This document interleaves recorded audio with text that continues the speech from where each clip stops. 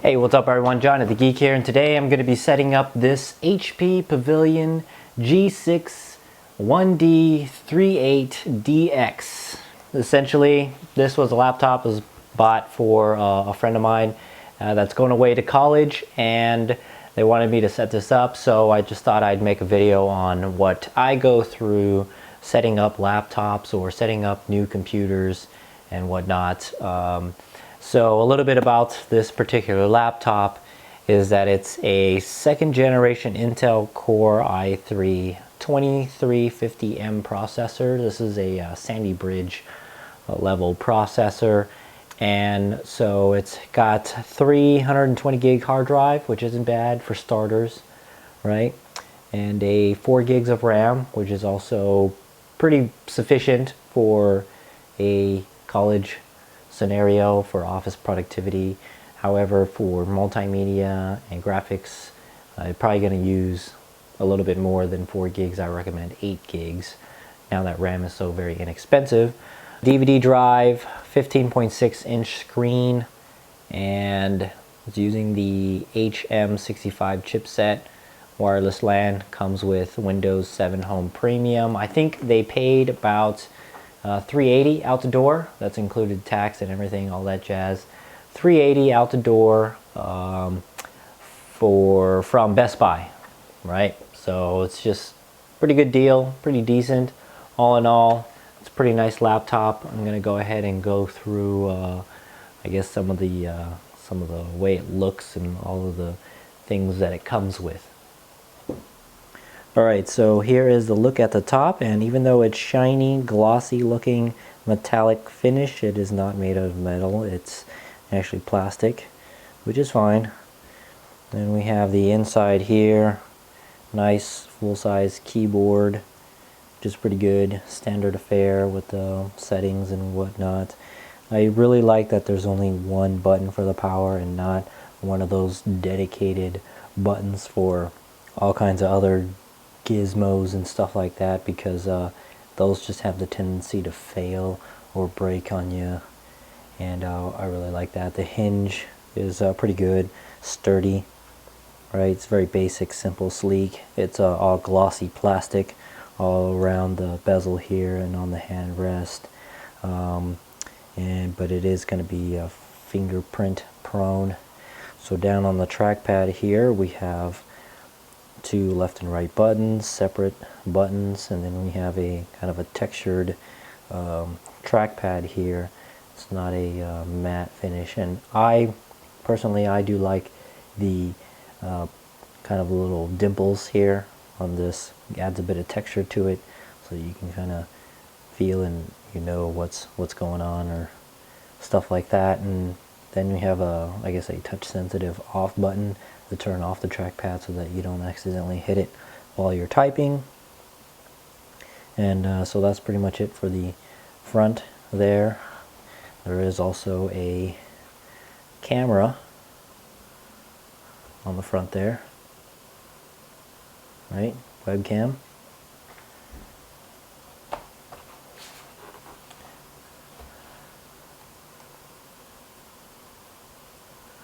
Alright, so on one side of it we have a VGA port, Ethernet port, HDMI, 2 USB, these are USB 2.0, a microphone input, headphone jack, a SD memory card, and then your hard drive indicator light, and your power light.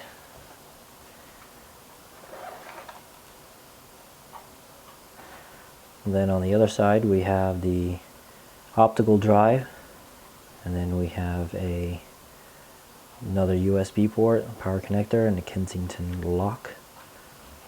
And on the back, nothing but the hinges.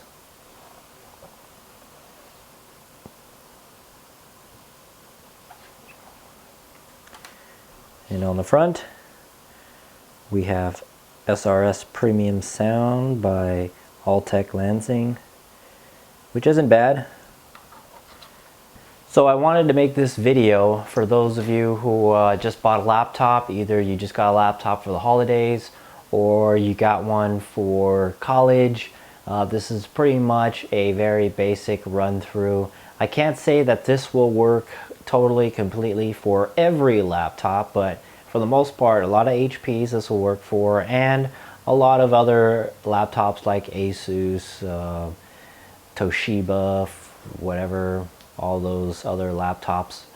For the most part, they all kind of follow the same thing, and what I wanted to really emphasize on was getting rid of the bloatware that comes with the new laptops. Basically what bloatware is that they're all trial software that the manufacturer or the company that's selling you the laptop, like Best Buy, they load up all this stuff on there because they'll get deals or they'll get paid, get kickbacks from the companies, the vendors who sell all this software.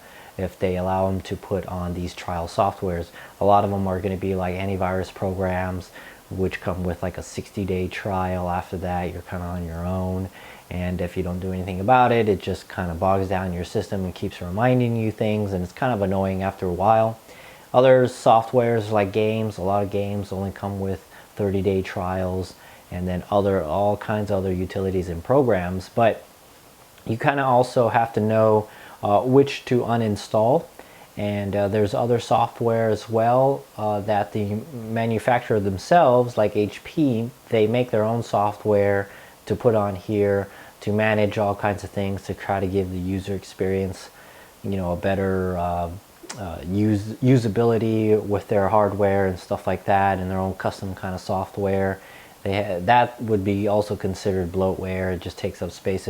For those of you who just want to strip it down and only want to use the Windows software, or you have your own software that you like and use, this is pretty much what you got to go through to get rid of all of that software. And then there's also software that you don't want to get rid of, like software that controls parts of the hardware, like the buttons on the keyboard or extra other features that they include, and other software that manages things like power and your display and your hard drive, and vendor specific software. Those are the kind of softwares that you actually want to keep on your laptop, and I'm going to go through all of that with you for this particular laptop, but for the most part it should work for a lot of the other laptops out there. So without further ado, let's get right into it. Alright, so now we are going to be starting it up for the very first time, so I'll go ahead and hit the power button. The battery has been charging for a little while. It's good enough, and so we'll go ahead and let this start up. Most likely we will be creating a user account, and once this boots up, we'll go through that process.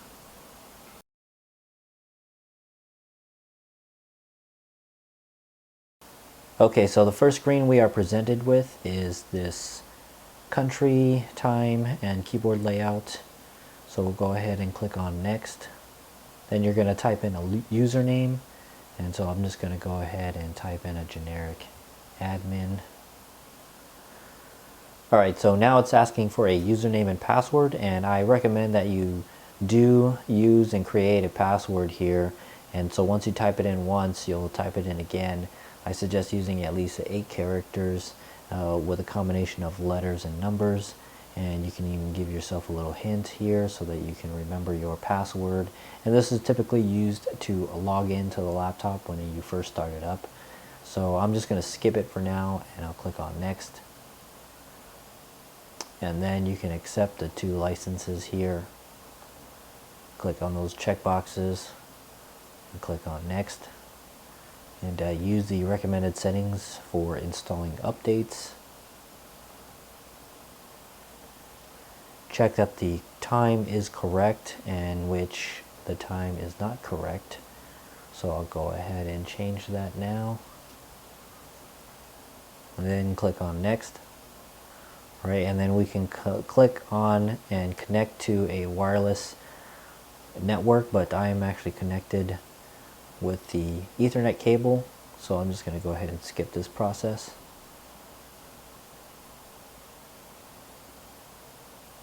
Alright, now after a few minutes of setting up, it's asking to go through the setup process for HP software itself. This is not something that you would normally see on a Windows machine.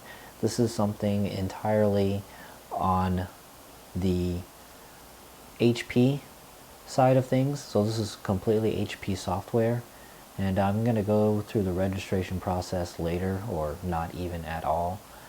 And then it's asking for automatic updates with tune-ups and HP support assistant. I'm just going to say no. And keep your PC running fast with automated tune-ups. I'll also say no. And join the HP product improvement program. I will also say no to that. I want to deal with everything myself. Alright, so now it's asking you to essentially activate the bloatware, and I'm going to go ahead and click on no. Then I'll click on next, and it's asking again, are you sure you want to do this? And I'll say yes, I'm sure. Now it's asking you to select a internet service provider, and I don't want any of this, so I'll click on next. And then it says, congratulations, your new computer is now ready to use. And we can click on go to desktop. So the setup process is now complete, and the whole process in itself should have taken not more than about 15 minutes. It's fairly simple and easy. Now we're going to go through and install the extra bloatware and software that we don't need for the laptop. Right, so the first thing I usually like to do is just go over to the start button here, and then click on control panel.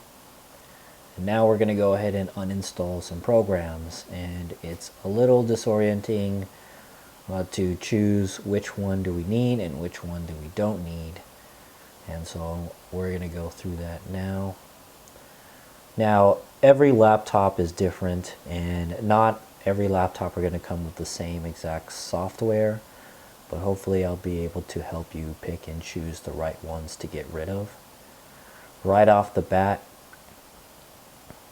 I see here that there are some runtimes. Runtimes are basically plugins for your computer to use.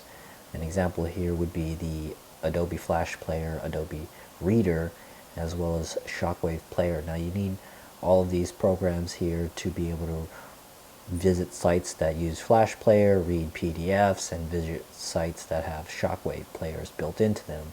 So we're going to keep those. Now the next two, the Bing Bar and the Blio, I can get rid of because I don't want any of those. Those are just bloatware made by Microsoft and another KNFB reading technology. So I'm not sure what that is, so I'm going to get rid of those. So the first thing I'll do is the Bing Bar, and you click on that. Then up at the top here you click on uninstall. It's asking you, are you sure you want to do this? I'll click on yes.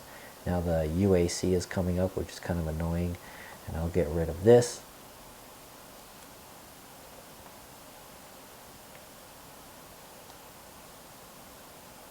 Alright, so the next thing down the line is the Blio software. I don't see myself ever using that, so again, same process. Click on it, click on uninstall, and click on yes when it asks me if I'm sure if I want to uninstall. So I'll go ahead and click on there, and the UAC pops up again. We'll click on yes. Alright, now the next set of software here is labeled Cisco, right? And typically these are a hardware manufacturer that creates networking devices. So you're going to want to keep those because most likely this piece of software is a driver that controls and operates something within your laptop itself. The next is a CyberLink UCam, and this is a piece of software which is taking up quite a bit of space. It's 217 megabytes as indicated on the right here. And the CyberLink UCam, I don't see the user actually using this software, and I doubt if it has anything to do with the webcam drivers itself, but I'm going to go ahead and leave that on there because you never know that the user may use this software to initiate the webcam. Alright, so the next is Evernote, and for the particular user I'm going to leave that on there as well. They may find this software very useful. It's great for college students or any student or anybody with productivity software that'll be utilizing productivity software. This kind of goes well with that. All right, so the HP Application Assistant, and you can see a long list here of HP products, and I typically will get rid of it because I don't need an application assistant to help me with anything, or the HP documentation, or games, or the launch box, which is some desktop application, movie store, that's just to purchase and view movies. Pretty much I'll get into a little bit more of these softwares later. So I'm going to go ahead and uninstall everything from the HP applications to the movie store. Right, so when you get to the game section and you click on that and you want to uninstall, it's going to choose now, or allow you to choose what games you would like to uninstall. And I'm going to go ahead and click and select all of the games. I really wish they had a select all button, but I have to select each game individually. All of these games are usually trials anyways, so you might be able to use or play them for 30 days, but then after that it pretty much will just take up a lot of space on your hard drive. So now we're going to go ahead and uninstall all of them. Alright, so the next set of software by HP is entirely up to your discretion.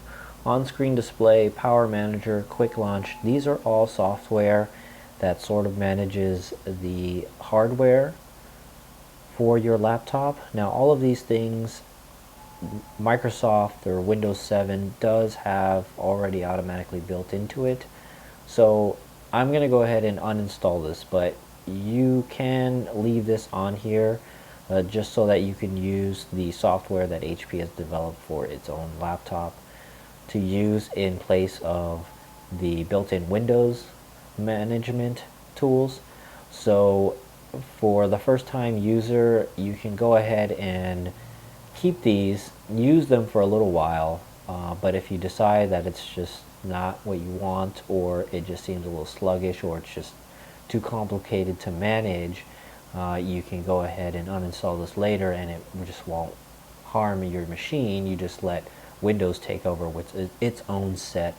And so I'm going to go ahead and uninstall this, and I'll go through the settings on how I would handle the on-screen, how it manages the laptop screen or the power management and all of that. And I'm also going to go ahead and uninstall the Quick Web, Security Assistant, HP Setup Manager, HP Simple Pass, HP Software Framework, HP Support Assistant. Now, these two is basically getting you to purchase certain programs. This one right here, I'm not sure what that is exactly, but I'm just going to go ahead and get rid of it.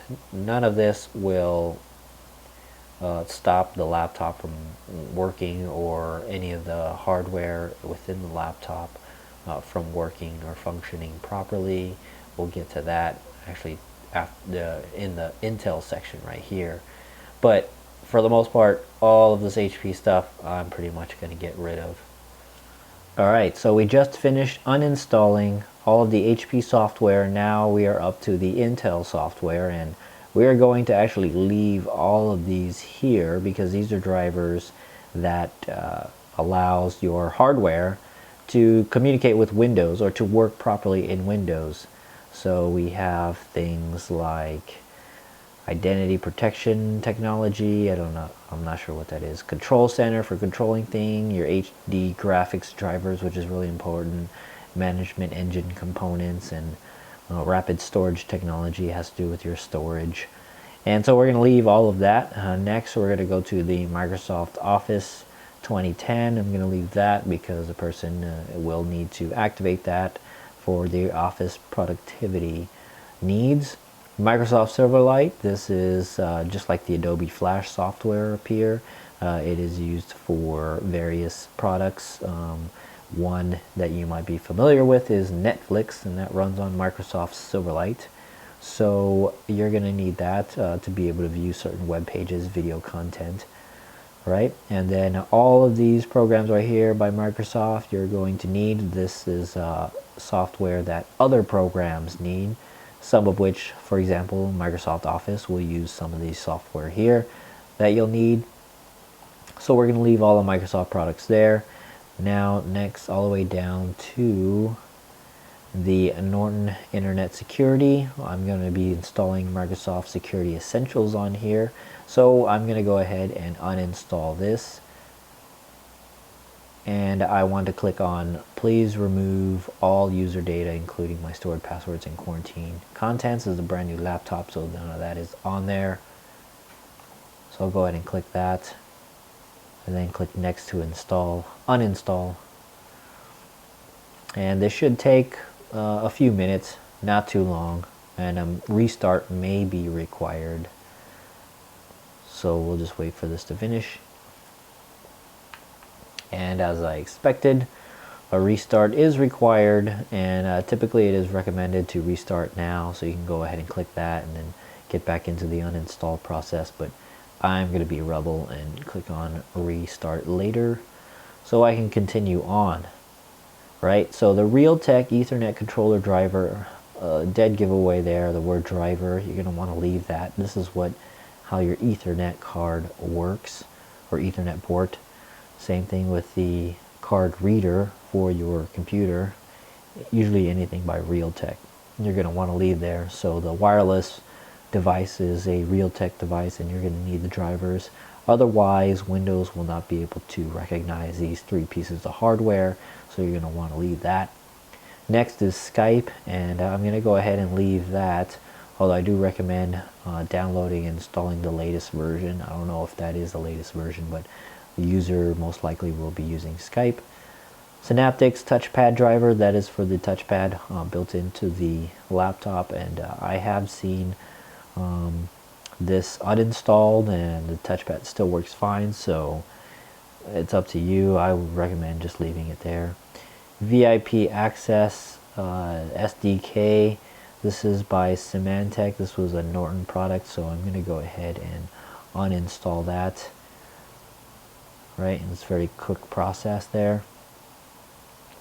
And then we have Windows Live Essentials.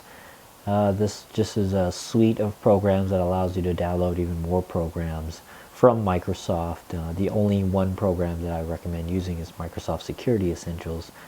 So I'm going to leave that there, as well as the Windows Live Mesh Active Control for remote connection. And so we'll just leave that there. Typically, any of the software that doesn't have an icon, like this right here, is not an icon or a branded icon.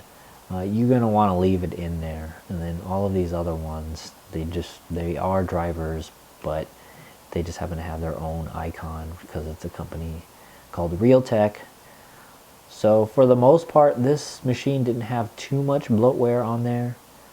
And now we're going to go ahead and do some personalization and then install some programs.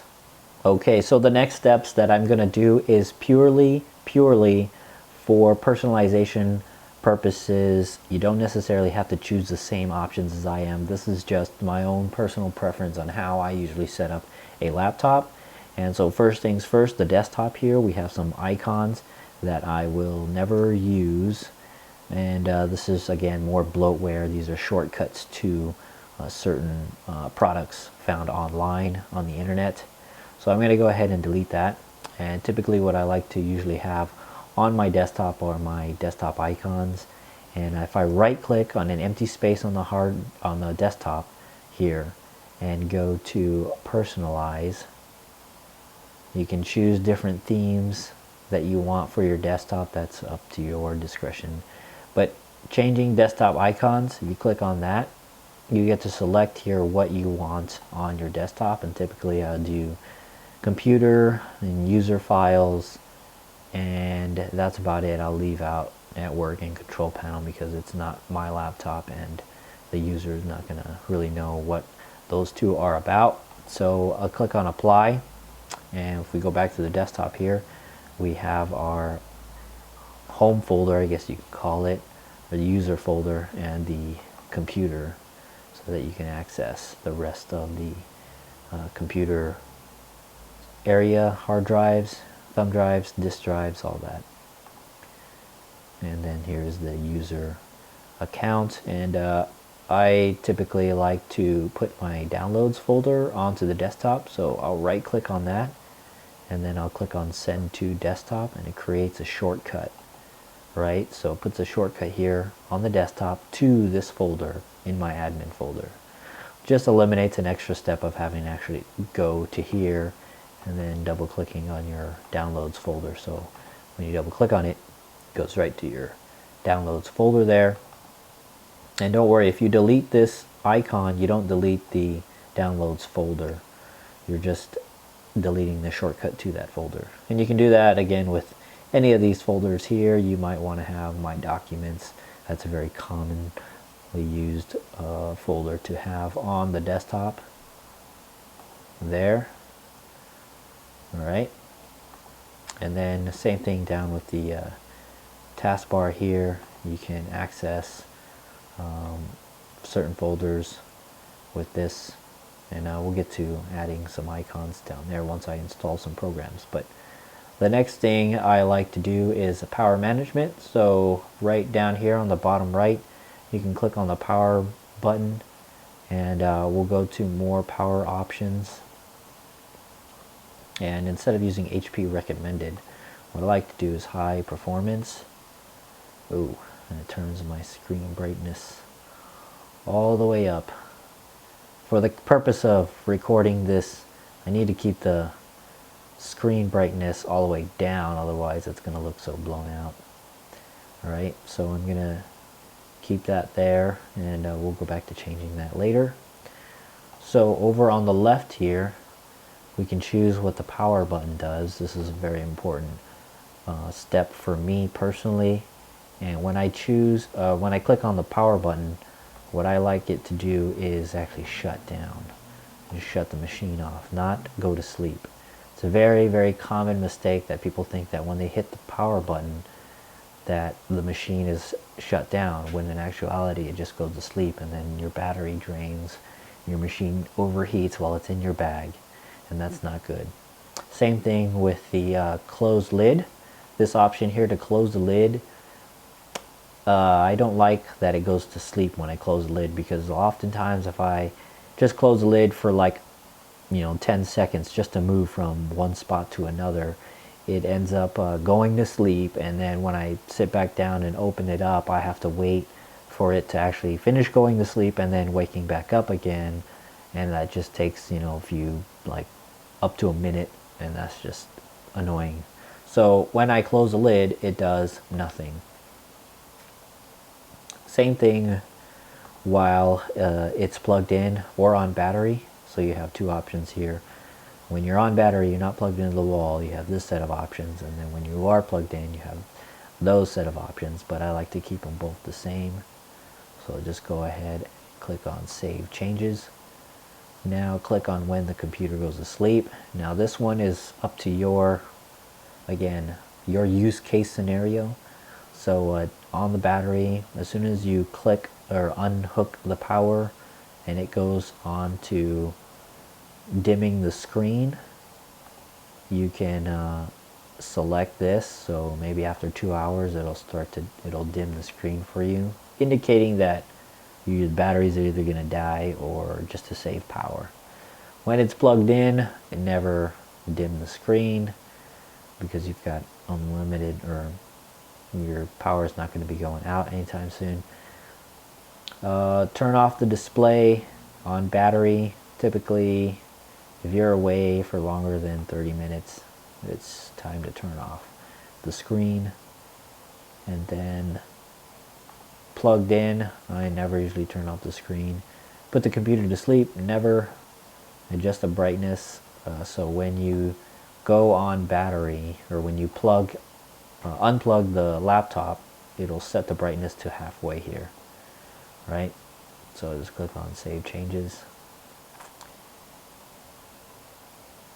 Right, so that's pretty much it for that. We check out the advanced settings here. There's nothing here that we need to do. This is very granular controls, and it's the same controls that you had here, but then also very granular controls, and you can actually change different profiles here. So I'll just leave that alone. I never really touched that. Alright, so that's it for the power settings as well as the desktop settings. Alright, so the next thing I usually like to do is turn off something called UAC. So just go up to the blue start button here and then type in the letters UAC, and you've got Change User Account Controls Settings. So once you start that up, what I usually like to do is set it all the way down and never notify me. You know that black screen, or the screen that pops up every time you uninstall or install software?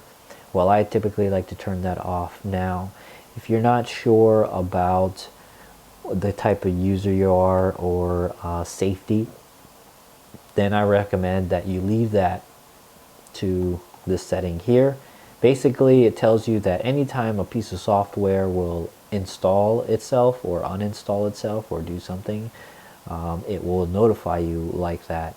So it's good to have, in the sense that if you don't know what it is that you're doing, it's a good safety feature to have, because maybe some malicious software tries to install itself, and you want to know or be notified when something is being installed. And if you're the type of person that will actually read everything every time that pop-up comes up when something's trying to install itself, then yes, then you can leave it on this setting. But typically I know what it is that I'm doing in terms of installing programs onto my laptop. I never really install anything unless I actively install something on purpose. So I will turn that off, and I'll click on OK. It's asking you, it's coming up one more time, are you sure you want to be doing this? I click on yes. Alright, so Windows Updates is just told me that it finished installing one update. I guess it's a very important update, and we'll get to installing updates in a minute. The next thing I wanted to show you is the Action Center here. Now, for the most part, I find these notifications very annoying, so I'm going to change the Action Center settings. Basically, a pop-up will pop up here every time there's a Windows update, spyware related protection. Me personally, I uninstall all of these because I manage all of this on my own. My antivirus program will manage the network firewall, virus protection, user account control. I just undid all of that, so I don't really need a notification. Spyware, again, by my antivirus programs. I manage my Windows updates on my own. Internet security settings. I'm not going to be doing Windows backup on here. Windows troubleshooting, I check for updates on my own. And so basically, it doesn't necessarily turn off all of these things. You're just saying, don't warn me every time something happens within any of this, right? Otherwise, it gets very annoying, and you know that things are working or your firewall is working, so you don't need to be notified every time your firewall is doing something. Just let the firewall do its thing, or let Windows update your computer. You don't need to know that it's doing it every time. So that's up to you if you want to be notified everything what goes on with your computer. All of this stuff, again, still does happen. Virus protection, you're still protected from viruses. You're just not getting the notifications every time your virus program does something, like update itself or whatever, right? So I've unchecked all that, and I'll click on OK. And then I'll close this. Then I can go ahead and restart this one update that I just did, and then we'll go into updating all of the Windows software.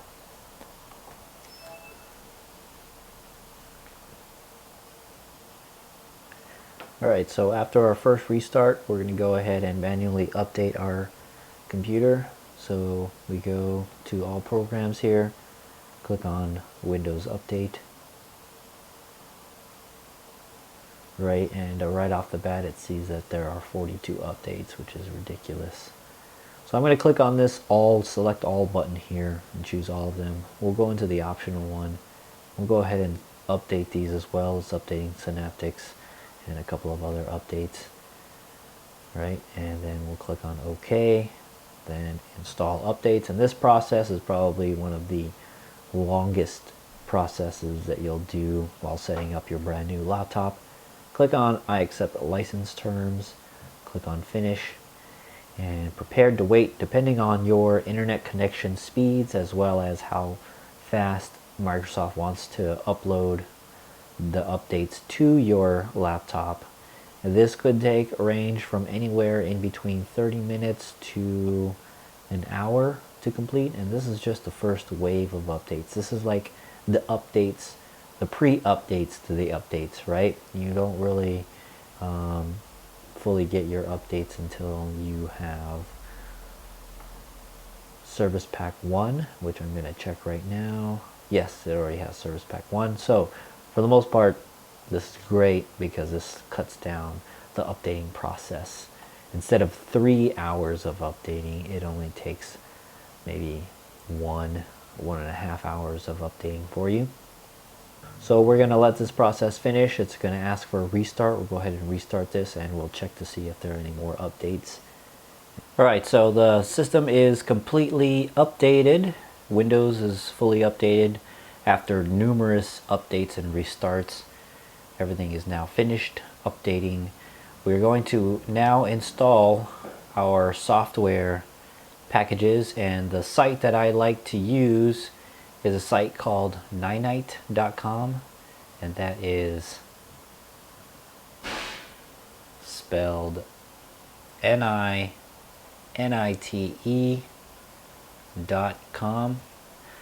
So the great thing about this site is that you pick and select and choose the software that you want to download, and it creates an installer package that's easy to deploy and run. It recognizes what version Windows you have and will download the proper software title for that, or software version for that, and it downloads the latest software that's out, so whatever the latest is. And this is also good for when you want to update later on, to pick and choose what you want to update. And some of the software comes with bloatware or adware in it, and it makes sure that it doesn't install that adware or bloatware that comes free with the software here, because a lot of these softwares are free, or actually every piece of software here is free, almost every.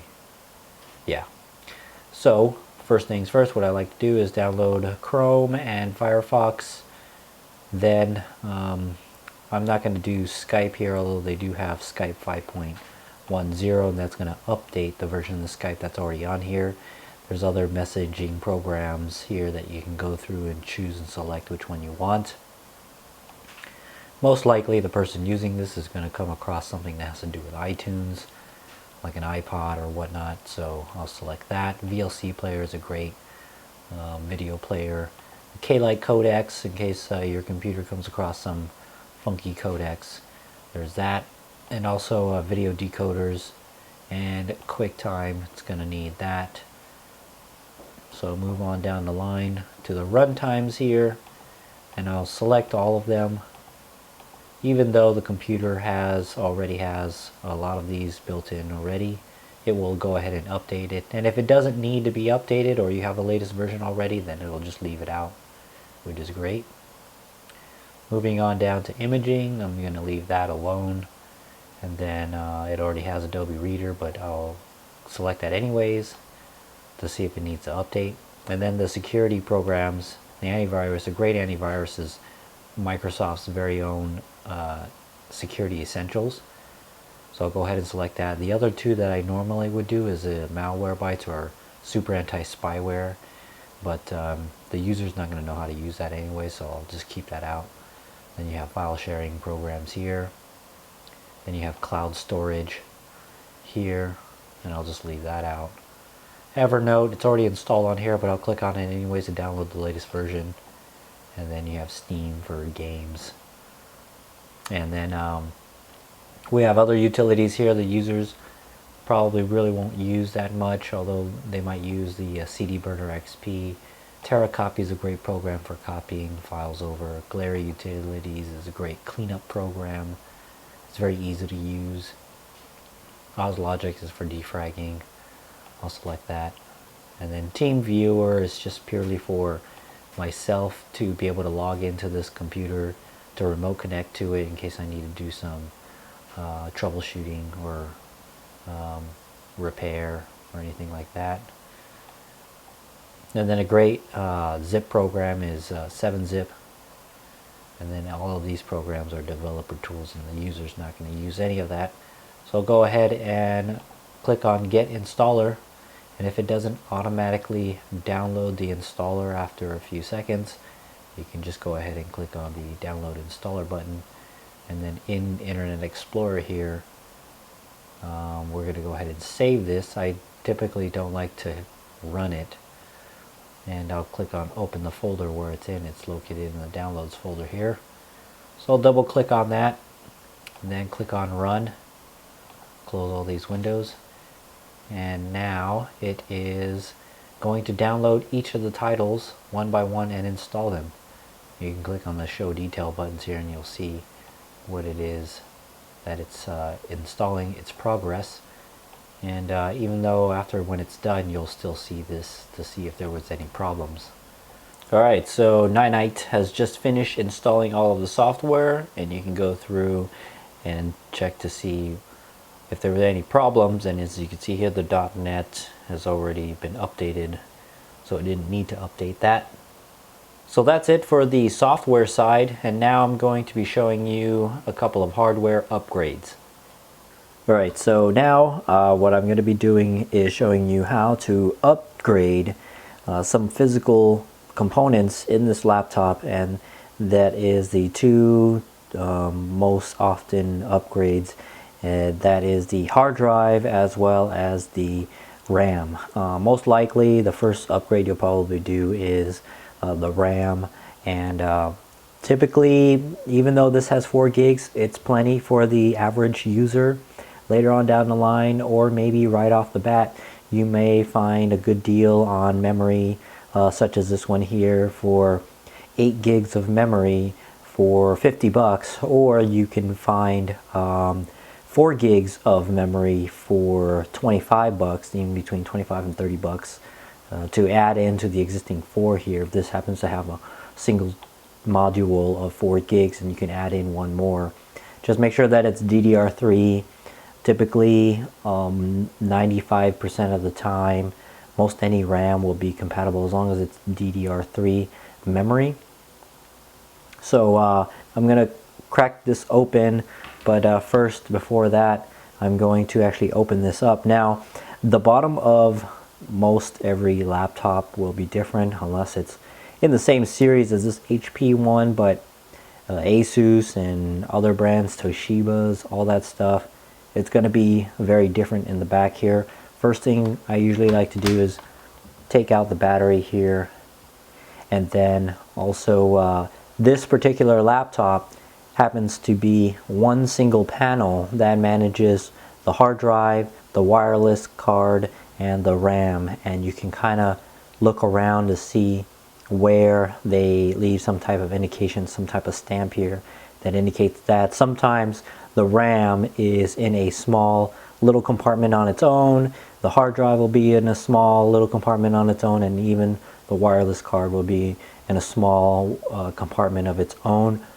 This just happens to be conveniently located in one giant panel, and I had some difficulties taking this panel out. One being that these screws here do not fully come out. because there is a sort of like a stopper, a spacer. It's just meant for you to not lose your screws here, and it was actually a little bit difficult to kind of pop all of these out. It makes me a little worried that I'd snap off some of the plastic inserts here, but this is pretty much how it does come out. It has to get pried open like this, and you can switch the screwdriver over to the flat head portion of it and kind of get in there. You have to be careful though, because this is plastic and it will snap or break if you don't do this correctly. And if you have a spudger, a plastic spudger or a spatula to get this off, and you do have to kind of be a little bit rough with it to get this off. And basically you have to go this way with it because of these little tabs right here, right? Just got to be careful with it, but that's pretty much it on how to get it off.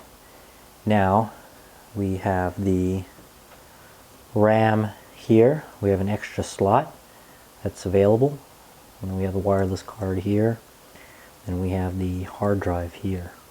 So the first thing I'm going to do actually is upgrade the RAM. And let's say, for example, in this scenario, that I'm only going to be upgrading 4 gigs of RAM. So here I've got a single module of RAM. Or if you just had 2 gigs of RAM, you can go ahead and pop this out. Right? So those 2 little tabs there.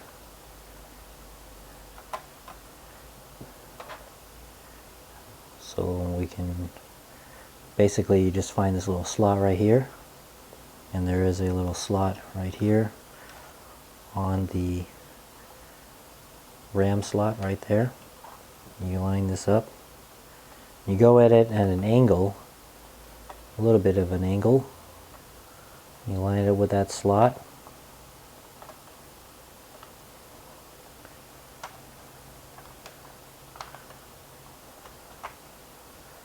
Right there.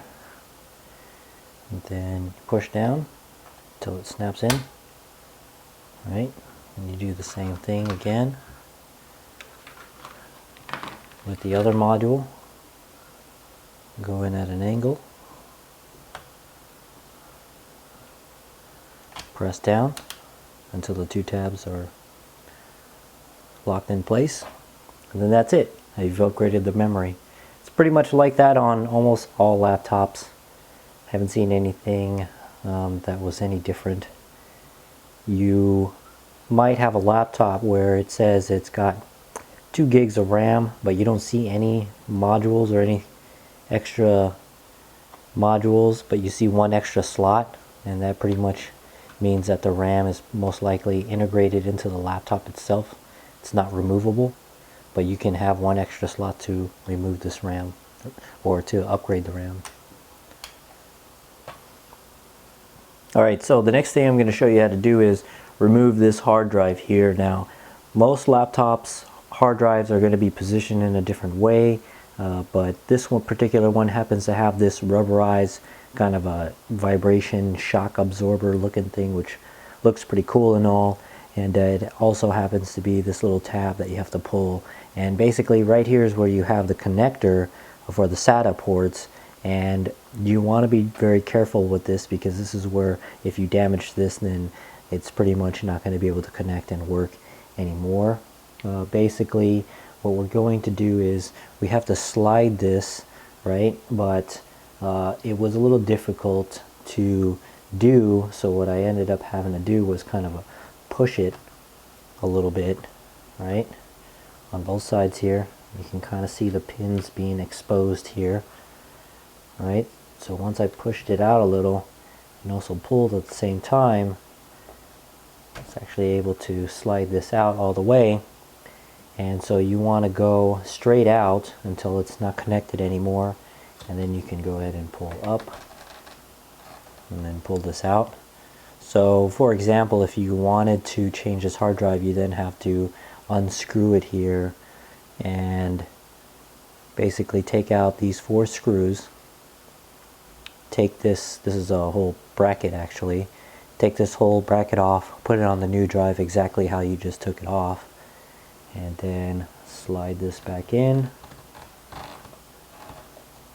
like so. And you can push it in and just go ahead and push this, slide that in just like that. And this one peculiar battery here, I never really seen a CMOS battery exposed like that, which is actually a good thing because you can then reset the CMOS. Worst case scenario, that's a whole nother subject.